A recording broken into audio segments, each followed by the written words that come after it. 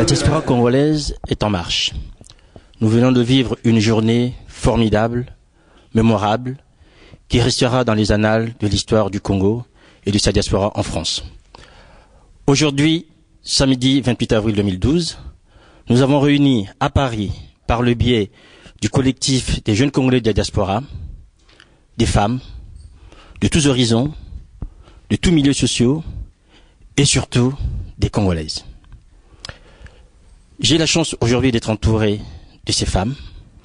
Certaines se sont exprimées ici publiquement, vous les avez sans doute vues, et d'autres vont s'exprimer, profiter de ce plateau pour vous dire quelle est leur vision par rapport à ce Congo de 2025 que nous appelons de nos vœux.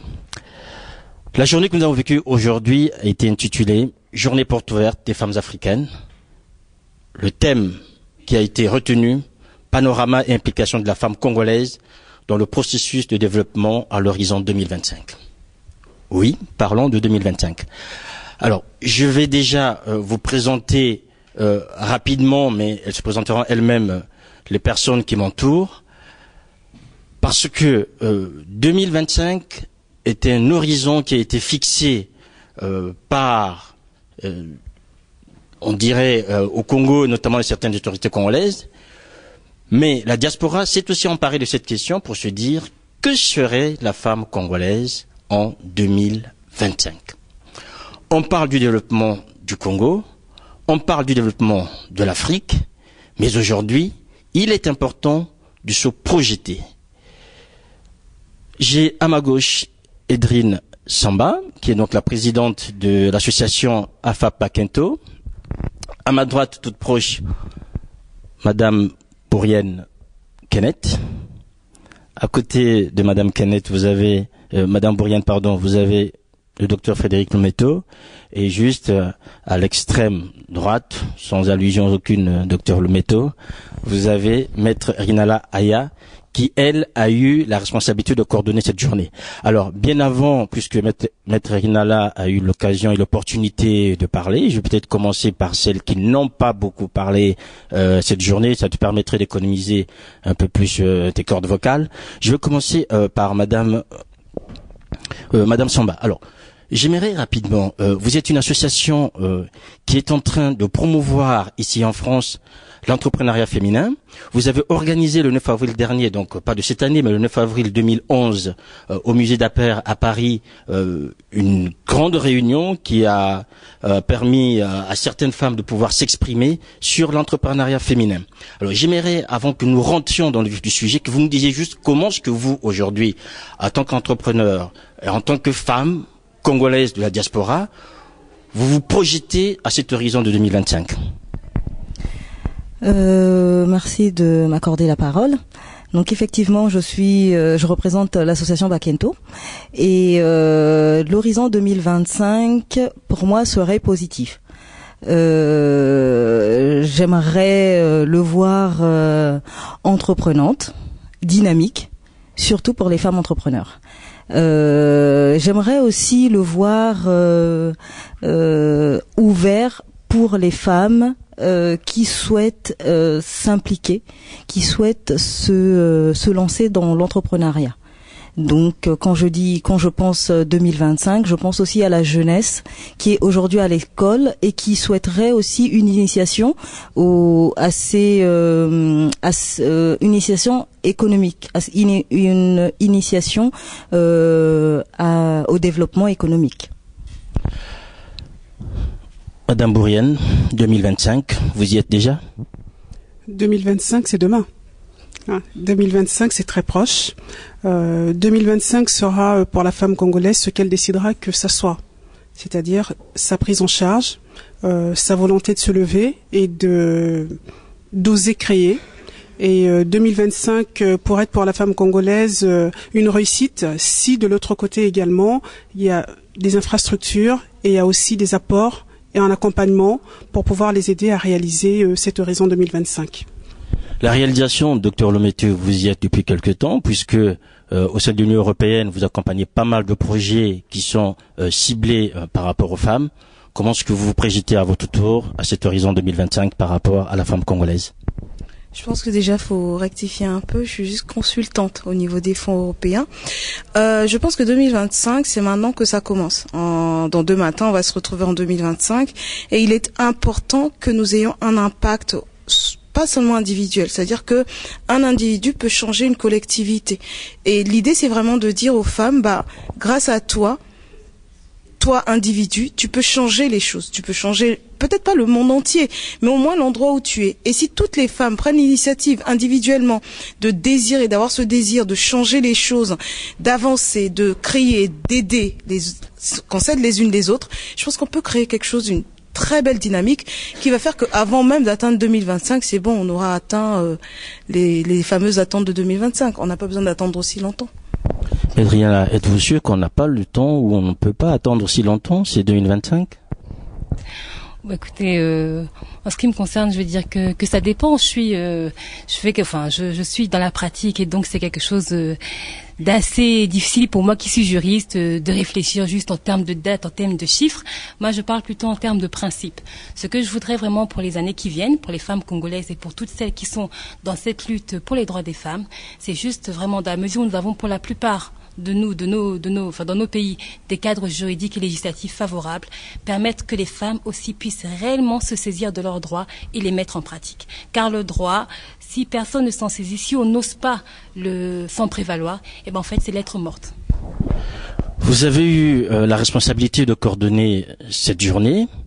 Cela signifie quand même que vous-même, vous êtes aussi projeté par rapport à cet horizon, notamment sur le plan juridique lié aux droits des femmes. Quel bilan faites-vous rapidement de cette journée? Écoutez, de manière générale, j'ai senti un public et un auditoire vraiment investi, qui se sent vraiment impliqué et qui a été heureux justement de partager cette journée. Là, au sortir, on nous a fait comprendre qu'il fallait vraiment qu'on ne s'arrête pas là et qu'on continue à se retrouver, à se rencontrer, car vraiment c'est l'union qui fait la force. Il faut qu'on mette en commun notre énergie, notre dynamisme, notre volonté, nos intelligences pour permettre vraiment qu'il y ait quelque chose de nouveau pour les années qui viennent, non seulement pour nous, mais également pour celles qui nous suivent. Alors quelque chose de nouveau, c'est une chose, mais la nouveauté qu'on peut constater aussi, c'est dans le choix du thème qui a fait l'objet de la journée que nous avons vécue aujourd'hui. Qu'est-ce qui a motivé ce choix, en fait, processus de développement à l'horizon 2025? Quelle a été la motivation principale? Écoutez, le but vraiment au départ, c'était de poser les femmes dans des situations assez diverses. Montrer la femme dans sa complexité, dans sa variété, la montrer dans ses luttes pour la conquête de droits, mais également dans ses combats quotidiens contre la maladie, on l'a vu, dans l'éducation de ses enfants, mais également dans l'initiative économique, l'entrepreneuriat. Donc vraiment, le but c'est de présenter ce panel de femmes et que chacun puisse quand même se retrouver dans ce qui serait présenté aujourd'hui. D'où panorama et implication de la femme dans le processus de développement. Kenneth Bouriane, vous avez été dans ce panorama des femmes qui font. Pourriez-vous rapidement nous partager votre expérience de femme de la diaspora et qui a mis en place des actions concrètes en termes d'entreprise ici en France? En termes d'expérience, il est vrai que lorsque on décide d'entreprendre, on se sent un peu seul. Il y a un isolement qui est là. Il suffit simplement de se rapprocher. Il existe des réseaux en France. Au niveau du Congo, je ne sais pas du tout. En tout cas en France, comme le disait Frédéric aussi par rapport à l'Union européenne, il existe énormément de réseaux qui permettent aujourd'hui aux femmes qui souhaitent créer leur entreprise d'être accompagnées. Donc bon, moi dans mon cas, lorsque j'ai démarré, je n'avais pas eu cette chance parce que comme on dit, ça a été un peu artisanal. Il a fallu vraiment se débrouiller. Mais aujourd'hui, tout est là, tout est coordonné, tout est mis en place pour pouvoir accompagner les femmes. Donc en termes d'expérience, c'est beaucoup plus simple et ça permet aussi de cadrer, de structurer les choses. Parce que faut pas oublier que la vie de chef d'entreprise, ce n'est pas un long fleuve tranquille. Il y a des jours où ça va et il y a des jours où ça ne va pas du tout. Contrairement à un salarié, même si tu n'as pas travaillé, tu as ton salaire qui arrive à la fin du mois. Mais quand tu es chef d'entreprise, à la fin du mois, tu as les échéances qui tombent. Donc on a une double pression. Donc c'est très important de structurer les choses, de bien les cadrer, ne pas se lancer non plus à l'aveuglette, d'être entouré, d'être accompagné d'un réseau, d'une dynamique, prendre le plus de précautions possible. Ça ne dit pas que quand les précautions sont prises, on ne se trompe pas, mais j'ai envie de dire qu'on se trompera peut-être moins que lorsque on part un petit peu à l'aventure. Alors, partir à l'aventure, c'est ce qui a peut-être fait que certains acteurs économiques ou encore certaines femmes n'osent pas s'engager, notamment dans ce que vous savez bien faire. En fait, il y a certaines femmes qui hésitent de demander à l'Union européenne alors qu'elles ont parfois des beaux projets qui peuvent faire avancer le pays.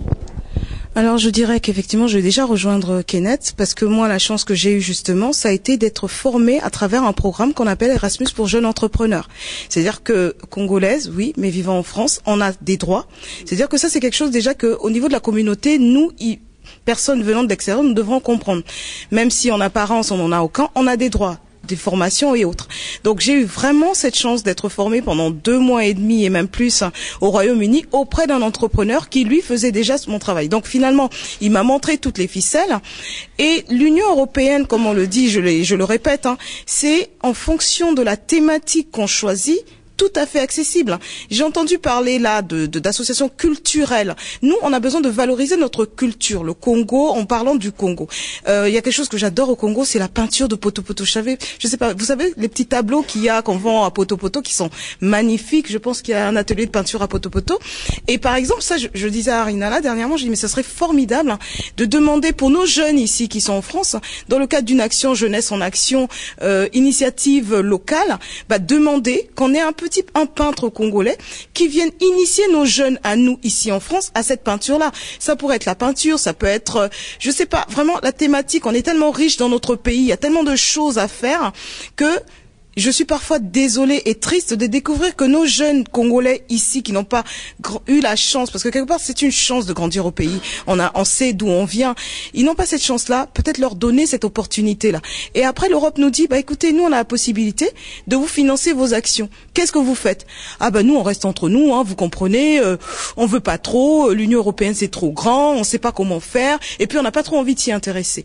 À nous peut-être aussi de dire, écoutez, peut-être que si on se mettait tous ensemble, et c'est vraiment ce que le collectif a fait, si on se mettait tous ensemble, chacune de nous ayant une petite expérience, on peut se dire, tiens, ça tu peux faire ci, ça tu peux faire ça, ça tu peux aller à gauche, si tu peux aller à droite, et quelque part l'impact va être aussi sur notre pays, parce que comme je l'ai dit tout à l'heure, on est association du Nord entre griffes, on peut aider les associations du Sud. L'idée c'est juste de dire, qu'est-ce qu'on fait ensemble? Parce que c'est vraiment ça. Ensemble, effectivement, on est fort. Individuellement, on va toujours se casser les dents. La collecte des dons, c'est une allusion à votre implication dans l'action Urgence Congo-Brazzaville par rapport au sinistre de Mpila. Voilà, c'était juste. Mais bon, vous y avez été quand même quelque part assez présente.